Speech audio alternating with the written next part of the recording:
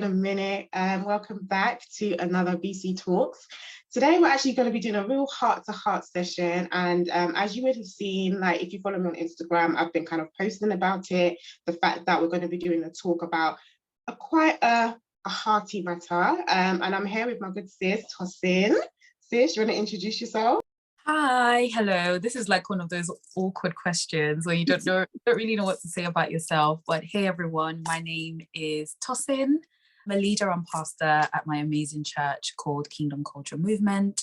For work, I'm in the legal sector, so I work in risk and compliance, but I'm also an entrepreneur, so I own two businesses, one which is a wedding planning business, and another one which is a style and image consultancy business as well. Ooh, yeah, sis, we love to hear it. So we are going to be talking to you today about getting up after relational disappointment. And you may be thinking, why this topic? The reason why the Lord impressed it on my heart to kind of do something on this subject is because from just various conversations and from my own experiences as well, at times where you're in a place where you feel heartbroken or disappointed because a romantic relationship didn't necessarily pan out how you wanted to, it can just be really hard to kind of just see anything past it. But what the aim of this talk today, what we want to try and encourage you and to just talk to you about is it is possible to get back up. It is possible to find the courage to be confident enough again, to believe in the fact that love can happen again, whether it will be the next relationship you get into, or it may take, just one or two extra ones after, only God knows that. But the fact of the matter is, you can definitely get back up after being like disappointed, relationally or heartbroken. So that's the aim. We're not here to bash anyone. We're not here to be doing all of that. We're just here to literally just tell you that life exists after heartbreak and healing exists, but it is definitely a process. And that's something that we will talk a little bit more about as we delve into our conversation. So, sis, I'm going to hand over to you. Do you want to share a little bit about your story, your background, and yeah, we'll take it from there. So, gosh, I'm going to try and condense the story because my goodness, it is really long. I got married when I was 31 now. I got married when I was 24. Gosh, I've lost track now. Was I 23 or 24? One of the two. Prior to that, I met my ex-husband when I was 19. Prior to meeting my ex-husband, I didn't really date much. Obviously, I was quite young. Like, what are you really doing at that age? This high school love where you just go out with people in school and stuff. But prior to that, I wasn't really. That was like my first proper serious relationship. So I met him at university, and we're just friends. We're doing this whole chasing God thing together.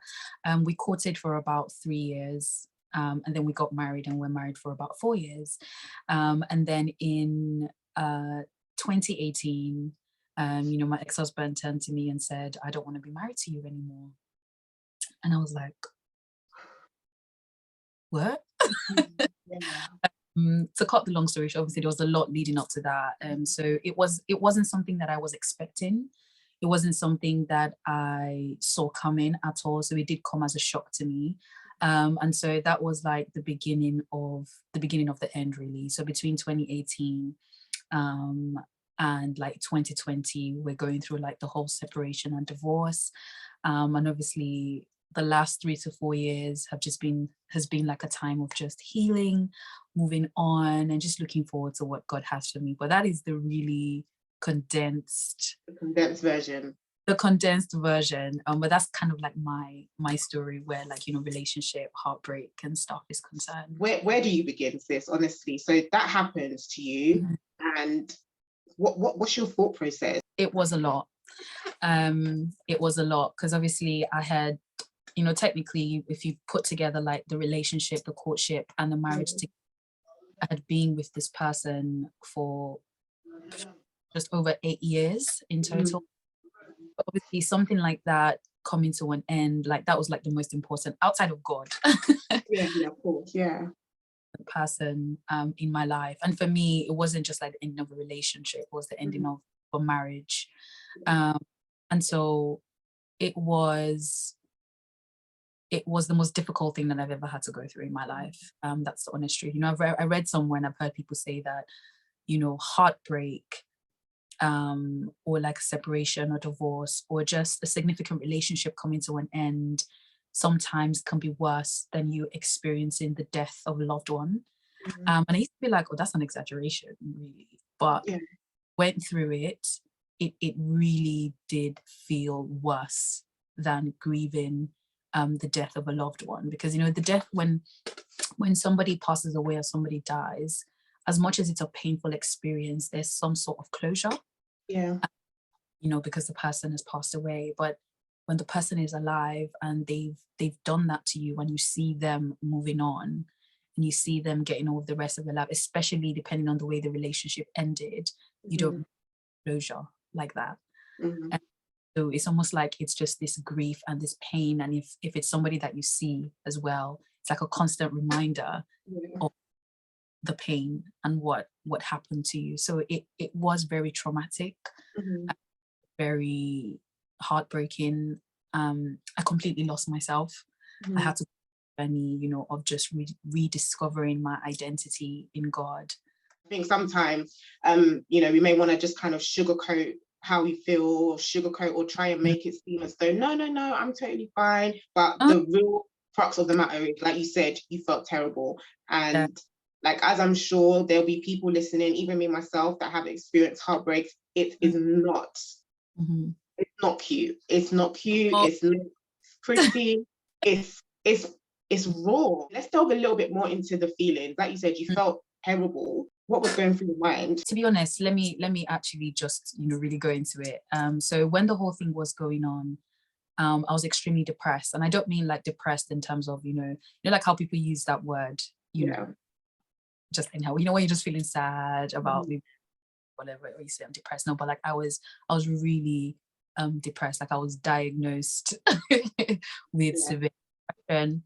I was given medication, which I didn't take. I chose not to take. I had to be signed off work for a couple of months. That bad. At some point, trigger warning, by the way, I might say some things that may trigger somebody, so I just want to put it out there. There was a period where I became extremely suicidal.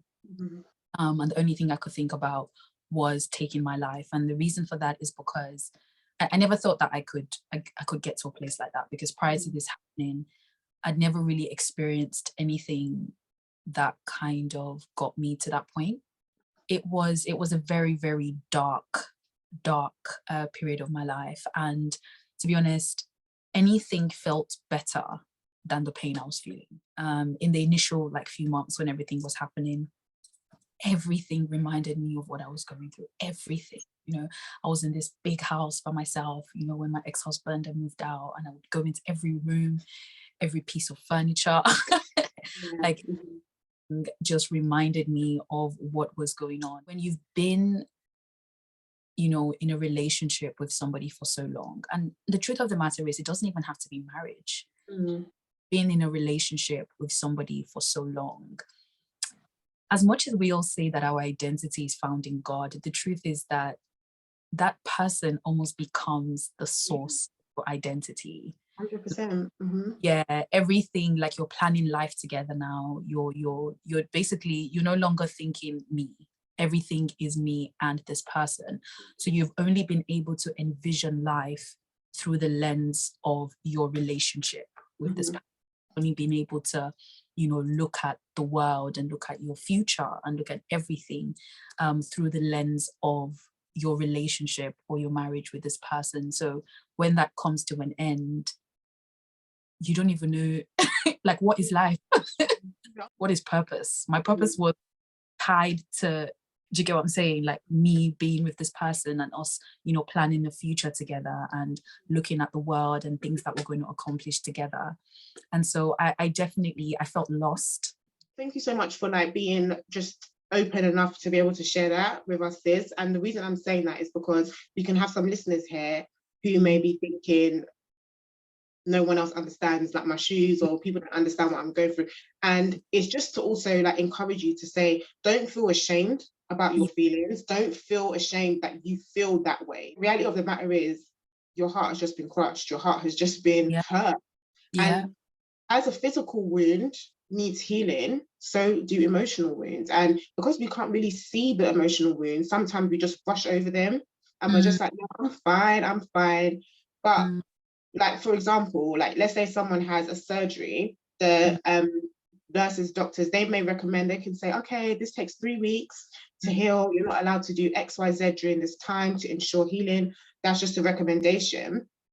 But when it actually comes to the individual, it could be different. They say 3 weeks, it could take 6 weeks, let alone like a wound of the heart, a wound of the soul, a wound of the mind. Like, those ones you can't even see. I want to mention something that I think is so important, especially, you know, us being Christians. Because we're Christians, we want to do right. You know, we don't want to be bitter, we don't want to be angry, we don't want to be offended. And I think another thing about Christians as well is that we like to rush people's like healing process.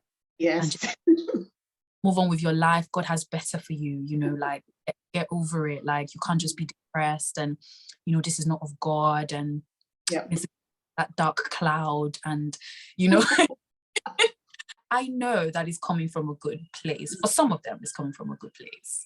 And, you know, they just want to see you happy, and they just, you know, they don't want you to, you know, just wallow in your self-pity and stuff like that. You have to grieve that relationship. Like, it's okay to let out your emotions. It's okay to feel. And one of the things that actually helped me like begin my healing process was when I was able to express those emotions and identify them and say, you know what, I'm angry, you know, I'm hurt, I feel betrayed, you know, I'm disappointed. It was me expressing those things and being able to identify them that actually helped me to know that, okay, I need to deal with this anger. I need to deal with the disappointment and that sort of things. I just want to put it out there, you know, I know you want to be a good sister. I know you want to be a good Christian. And I know there's people around you that are telling you, you know, it's okay, just move on. Listen, it's okay to feel sad. Yes. It's okay to grieve that relationship. It's okay to express the fact that you were hurt, you were disappointed, you were betrayed, and you're upset. You're upset. It's okay. It's okay. So I just wanted to say that. I do feel it's a trap that a lot of people find themselves in. They want to grieve, but because of like people around them, they feel as though they can't, or because of the fact that, okay, yeah, they're Christian, they just feel like, I can't afford to be sad. Like, I can't be sad, I can't be angry, I can't be irritated, I can't be fed up. Like, somebody in the Bible that we can actually look to that had these feelings, King David. My prep for this talk, I was reading through the Psalms, and literally, King David, he was not afraid of saying how he felt. In one of the Psalms, he says, why am I so discouraged and disquieted within? Like, he said, why is my soul so sad? There was even one time he asked God to take his life. He said, God, I'm tired. Like, if this is it, let the people, because he was referring to some soldiers and there was an army. He was like, let them come and kill me. Like, he was so open and honest about how he felt. He was like, I'm done. As she said, she recognized, okay, I feel angry. That's how I know I need to deal with that anger. She recognized there was disappointment. Okay, that's how I know I need to deal with that disappointment. But if you don't allow yourself to just even acknowledge the different feelings going through you at that time, how on earth are you going to be able to heal? And it's like going to a doctor. You can't just go to a doctor and just say, I don't know what's wrong. Like, they're going to ask you questions like, okay, where are you feeling pain, or where are you feeling discomfort? You can't just sit there and be like, I don't know. Like, they're not going to be able to help you. So even if like we do our own little Google pretend to be doctors, we have to type in my knee hurts or I have a pain on my head. Like, you have to say something for Google to even come up with a list. So it's the same thing with our emotions. Like, acknowledge them and just know, okay, what is it I'm feeling? Let's talk about that actually, like dealing with the feelings. And I guess we'll start off with disappointments. It's like, I'm sure you would have had talks with God, like, why did this happen? How did that go? Oh, sis. One thing that I definitely did while I was going through like the whole, you know, process of healing was I was real with God. I was very honest. Prayer looked very different for me because I couldn't pray during those periods. I'm going to be completely honest, like the way I normally would. And so during that period, my interaction with God was more just conversations like this, which, to be honest, I think it's something that should be normal anyway. It was more just expressing how angry I was. It was expressing how hurt I was. It was expressing how disappointed I was. And one of the reasons for that is because when I went into my relationship and I went into my marriage, it wasn't something I did just because I liked the person. It was something that I believed that God approved of. It was something I believe God said yes, like, and so it made me question everything. And the truth is, I wasn't just disappointed with my ex-husband, I was disappointed in God. I was just like, if you knew that this is how this was going to end, why did you allow me to get into it? To be honest, some answers I got, some answers, I just think that on this side of eternity, this side of eternity, we probably won't get all the answers. And you know what? I've come to be okay with that. Like, it's fine. But to be honest, in those conversations, in those times with God, it's funny how God gives us answers sometimes that I wasn't even expecting to hear. God would just tell me things like, Tosin, I know you're disappointed. I'm sorry. I'm disappointed too. And I'm just like, you are? Are you sure? Because he's like, I'm disappointed too. So I think dealing with that disappointment, it's just been real. I think being honest with God about it and having conversations and speaking to trusted people around you as well. And you know what, I'm disappointed. Now, I didn't have the opportunity initially. Later on I did, but I didn't have the opportunity to have, sit down conversations with my ex-husband where there was just like honest, genuine communication. I later I did, but at the time when I was going through, like my healing and just trying to figure out what was going on, I didn't have an opportunity to really express, how I felt or say, you know what, I'm disappointed or anything like that. That usually helps if you're able to express to the person who's disappointed you, to say that you have disappointed me. There's just something about you communicating that 100% lifts off a burden. It lifts off this burden. But I didn't get an opportunity to do that. And so the only person I really had to express the feelings was God. At the time that I really got an opportunity to have, some sort of communication with my ex-husband, I'd already dealt with it. I didn't even feel the need to express those things anymore. One of the things you mentioned, I was making some notes, was the fact that we're not always going to get the answers that we want to get here. It's just something that's just not gonna. It's just not going to happen, And at the end of the day, God is God. God can do what He wants. So there's some questions we'll get the answers to, and like you said, there's others you won't find out until on the other side of eternity. I guess it's how do you deal with that? I think it comes down to trusting that if God is not giving you an answer right now, it's probably for a reason.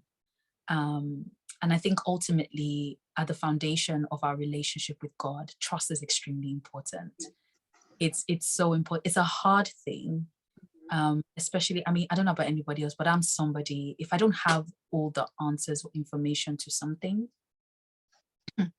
I'm not good.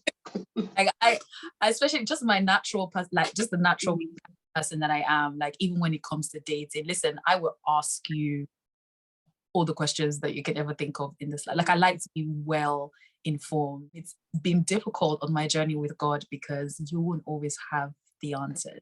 You just have to trust that God loves you. You just have to trust that He has a plan for your life, that He has a plan, like that his thoughts towards you are of good and not of evil. Like, God doesn't harm you. God is not in the business of trying to, God is not trying to set you up for failure.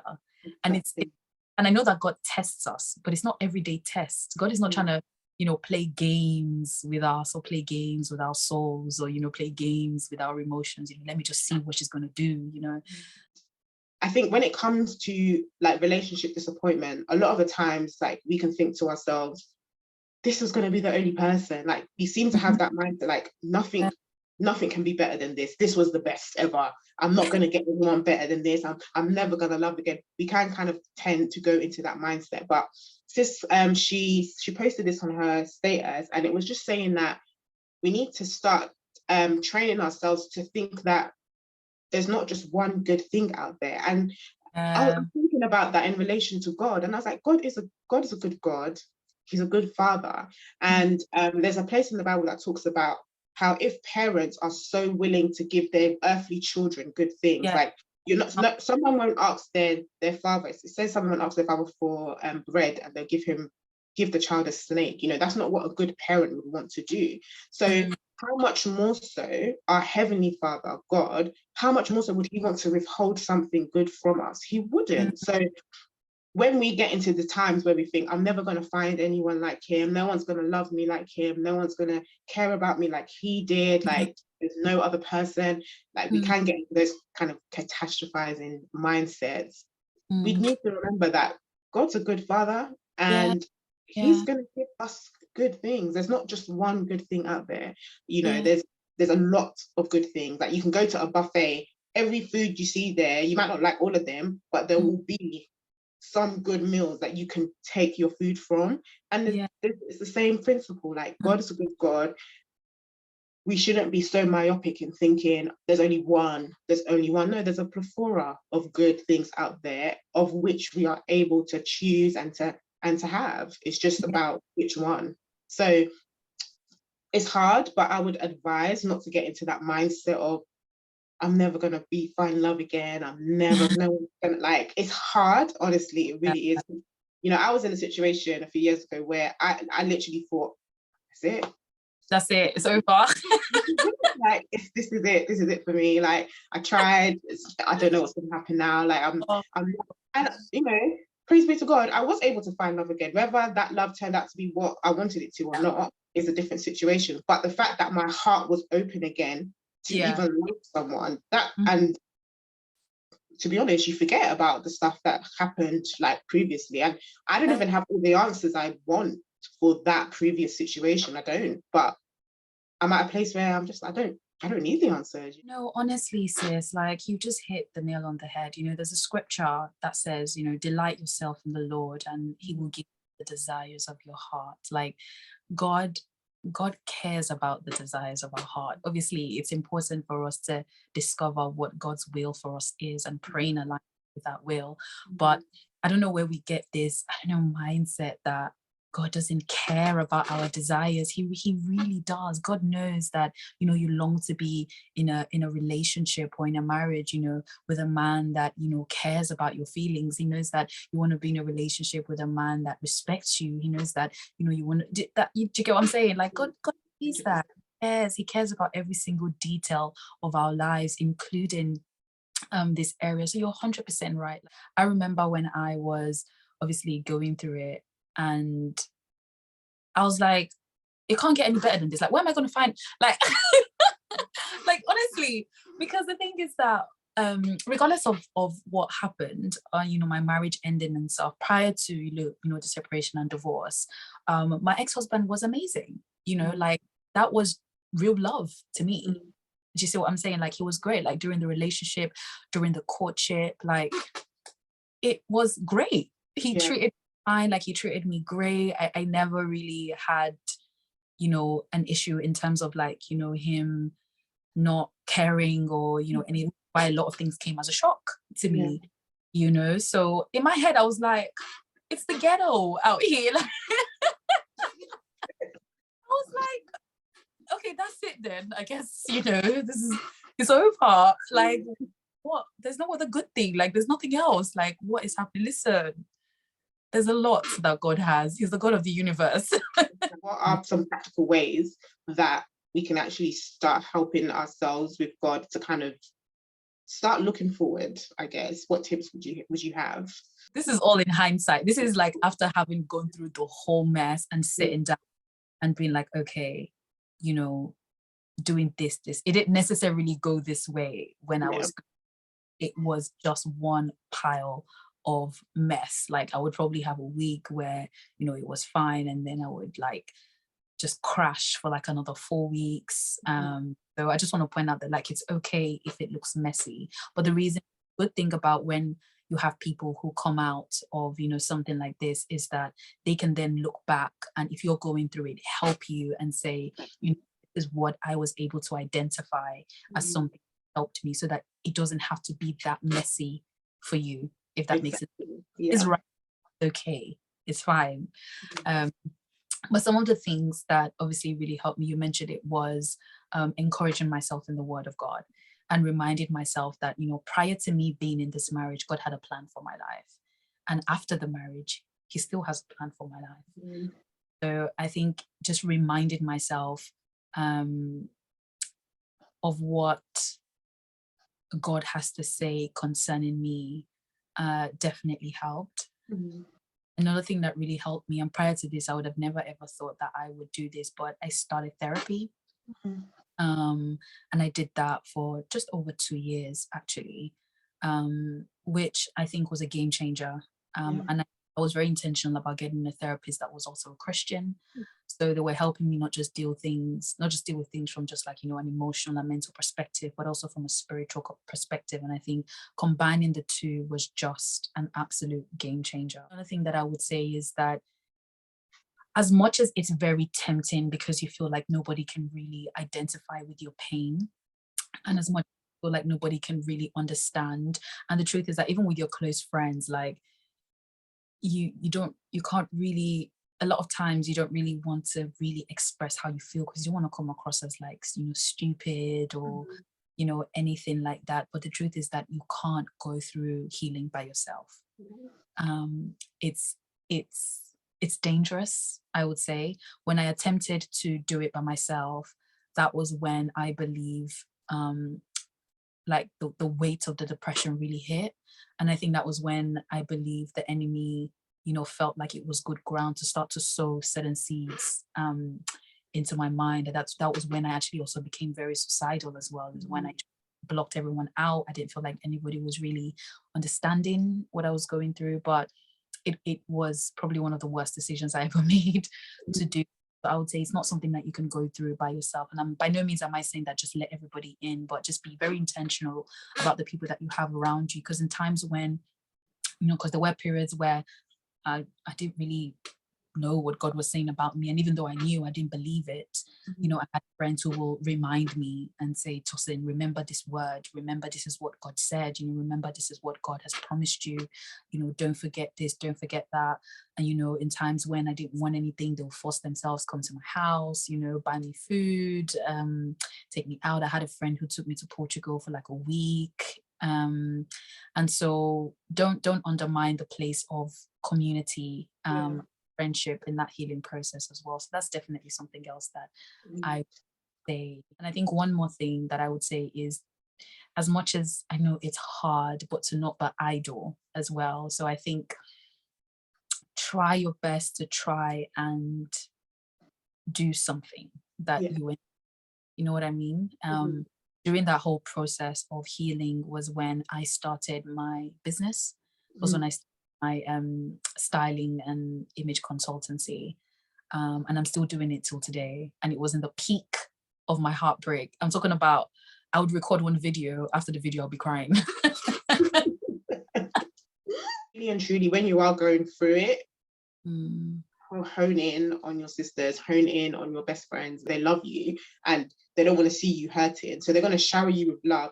And that love in itself just is healing. Love heals. So, but if you shut it out, then you're not going to be really receiving it. So in as much as you can, really try and draw on those friendships to kind of just help you with your process. The keeping busy one or finding something that you enjoy doing is key, because you need to keep your mind just on something else, because if not, it can just stay fixated on your heartbreak and what you think about magnified. I know people have like the different opinions about this one, but something I would definitely say is to try your best to cut communication, I would say. I think especially when I mean cut communication, I don't mean like, you know, like in an angry, like block them. No, not what I mean. But I mean in the initial period where you definitely, it's definitely certain that this relationship is not going anywhere. The relationship has ended, you know, they have ended the relationship, or you have ended the relationship. Because sometimes even the person who ended the relationship is still heartbroken. Yeah. Mm. Yeah. So relationship has come to an end. I would advise, and I'm speaking from experience now, I would advise that in the initial stages, you do try your best to cut communication, because I think any form of communication, especially if the other individual is actually not a horrible person, Mm. if just like they're still respectful, they're still nice or whatever, it can give you false hope, and I think delay your healing process. And so if there was any sort of genuine love, then maybe that is still lingering, but the relationship has ended. Yeah. And so I don't think it would help your heart. I don't think it would help, you know, your feelings, your emotions. So I would advise, I know people have their different, you know, opinions about this, but I would advise that you do try your best to cut communication until you get to a place where you know that you're a bit more emotionally strong. Yeah. You're more mentally strong. You're not triggered by everything. You know, his voice is not making you think about the time when you went to this place. You know, like his voice is not making you, you know, remember the first time you had your 6-hour-long conversation. Until you get to that place where you are not that phased, then it is advisable to just cut communication. You know, you don't need to follow him on Instagram. Listen, sis, in the initial stages, I thought that I could be, you know, still. Yeah, it's not healthy. You're giving a false hope, and every time, you know, if you so-called maintain healthy, they call it like a healthy, you know, sort of friendship, which I don't necessarily think it's impossible for that to happen.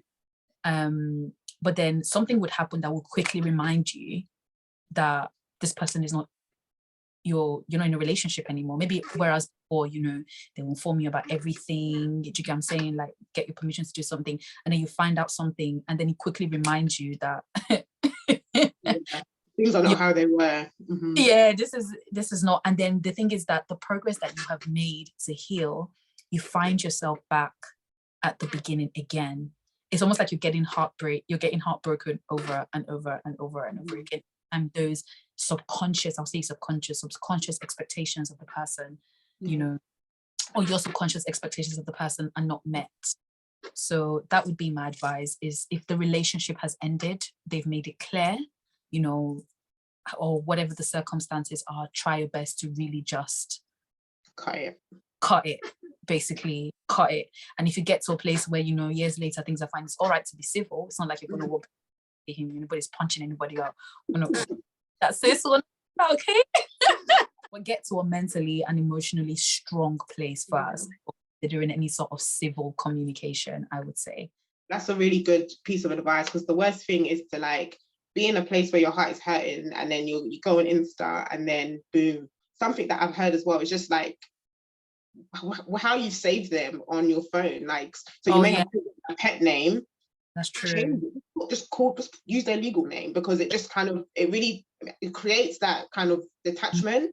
Because where you have that nickname you've called them, or the pet name that you've called them, you're just going to see it. So every time, like if they were to message you, or if you message them, that's going to rekindle feelings. Whereas if it's just their standard legal name, it just kind of creates a little bit of more of that. Okay, because I mean, I'm not going to say my best friend with her full legal name in my phone, so I just call her what I call her. So it's just, but when you have someone's full legal name, it just kind of, it's just very different. So if that helps people, then you can also do that. But you just need to put boundaries in place for yourself. And when it comes to the boundaries, you're the only person that can enforce them. So, and it's up to you to be disciplined enough to, and you have to want it. You have to want your healing as well, in order to ensure that those boundaries are kept. So if you're just saying like, okay, I need to limit my communication, in as much as it's hard, girl, you need to limit that communication until you get to a stage where you're like, okay, I'm good. But if you do it too prematurely, it's like, we'll go back to the physical healing. If your doctors have advised you, do not let water touch this place for 6 weeks, but you let water touch it and then all the stitches come undone, you now put yourself in a worse position than you were had you just listened and just not let water touch the affected area? So it's the same thing. Don't try and rush the process of healing. Like, everyone heals different times. Like, everyone's healing is so different. And have people you're accountable to as well. So when you know you have someone you're accountable to, it causes you to think twice, because you don't want to have to report yourself. Yeah.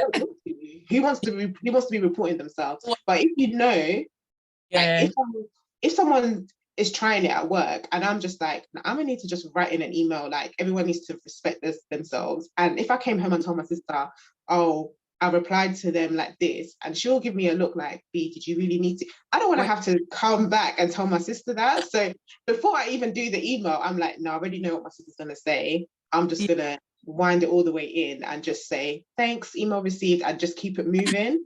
So when you know you're accountable to someone, you fix up. So find people that you can be honestly accountable to, and like people that will, not just the thing of, okay, like, please and yes people all the time, like people that can genuinely tell you the truth in love. I wanted to touch on, just gaining the confidence to move forward and just, and when I mean move forward, I'm being specific now in terms of moving forward, in terms of love, another relationship, getting married again.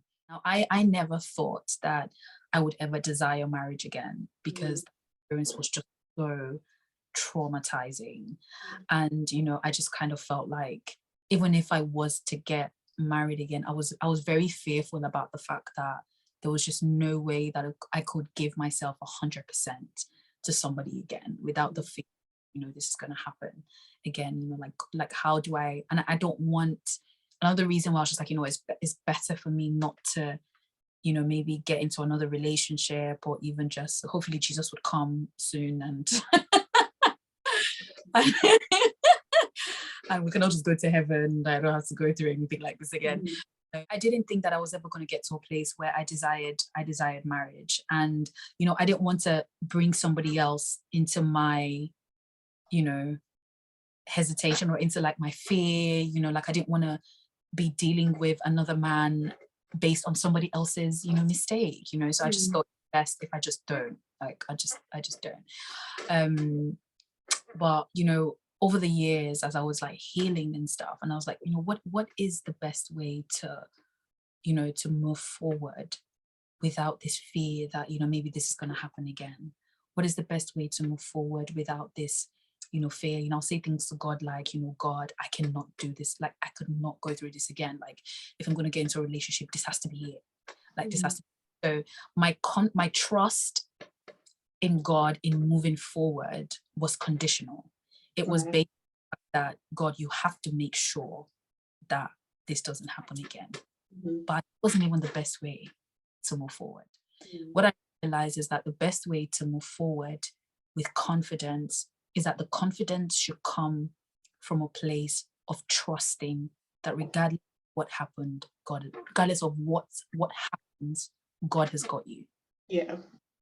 And I think that's the place that we need to get to for us to have the confidence to move forward in love and in relationship. It's not even about the person.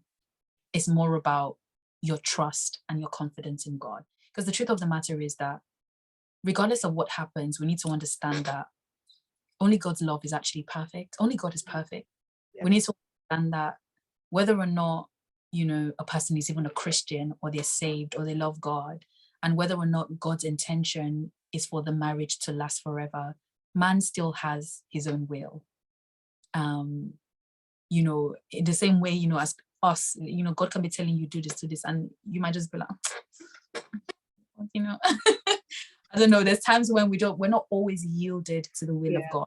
In the same way, the man may not always be yielded to. So it doesn't matter whether or not God intends that marriage. It's depending on how yielded the person God. So I would say our confidence in moving forward should not be, oh, this can never happen again. If this happens again, this is it. Like, I don't think that's the healthiest way. I think the way is for us to get to a level of trust in God that says, no matter what happens, and not just in our relationship, just generally, no matter what happens, I know God has got me. Mm. And I think that there's an element of that that just eliminates this fear Yeah. and anxiety. And now we are not so dependent on man's ability to be a certain way for us. Mm. More about whether or not you choose to be yielded to God, or whether or not you choose to, you know, act or do things a certain way. My trust is in God. And however you behave, or however, of whatever happens, God has got me. And that means that even if I get into another relationship, I'm not going into this relationship with this fear. Not even that I'm going into the relationship with, oh, there's a potential this could happen. No, it just means that I'm moving forward with my trust being that regardless of what happens, God has got me. We honestly do hope this has helped and encouraged you listening, watching, however you're like interacting with this. And we just want to let you know that, yeah, one, God has got you. Two, you will heal. Like, you will heal. Healing will happen. How long it takes, I can't tell you that. You know, I can't say how long your specific healing will take, but you will heal. I don't know, sis, if you've got any last remarks, last comments before we like pray and round up. Yeah, it's what you said, like you will heal. Like, this is not the end of your life. This is not the end of, you know, the amazing things that God has planned for you and your future.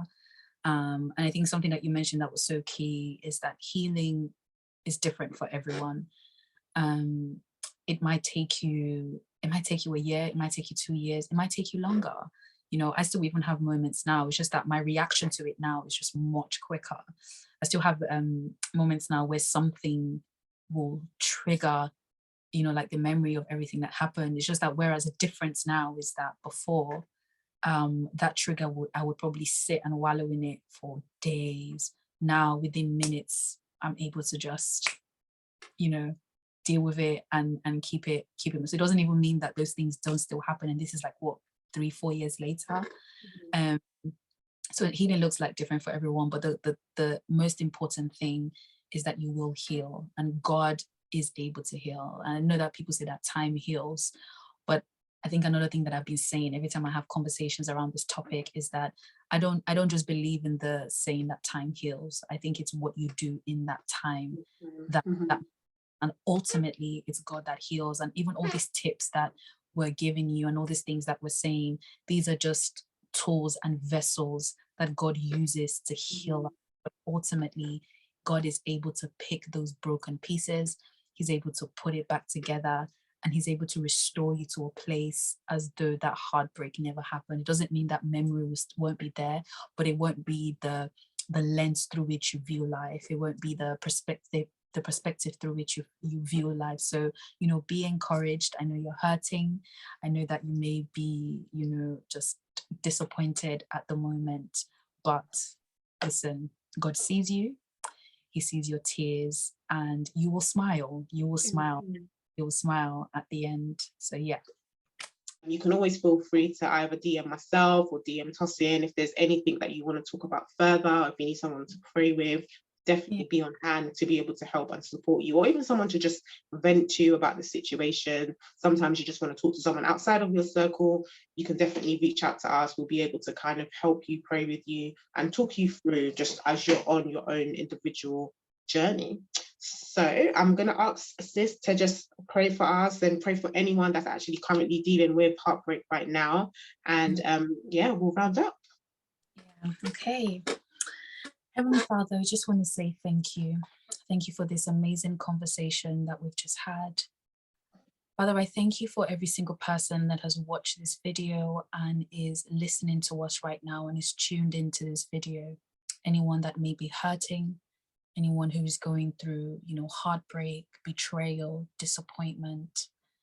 Father, I pray that you will just stretch forth your hands and you will heal. Father, your word says that you are near to the brokenhearted. I know that when we go through things like this, it's such a lonely place to be, and many times it doesn't feel like you are there. But Father, I pray that you will make it evidence that you are near to your children. I pray that you would help them to see and know that you are with them, right there with them every step of the way. And Father, I just pray, God, that you would help them to see that you have a plan for their lives still. I pray that you would help them to trust you. For some people, that trust may be broken. The trust that they have with you may be broken because of the current situation that they are going through. But Father, I pray that you would help them to see that you can be trusted and that your love is perfect and that you will never leave nor forsake them. Father, I thank you for the journey of healing that you are taking your children on. I thank you because you will perfect everything that concerns them. In Jesus' mighty name, amen. Thank you all for joining us for another PC Talk. We really hope that you've been blessed by this and encouraged by this. Yeah, that's it from me. Thank you so much. Thank you, sis, for joining us today. Thank you for having me. I've really loved this conversation. Honestly, it's been so good. Bye. Bye.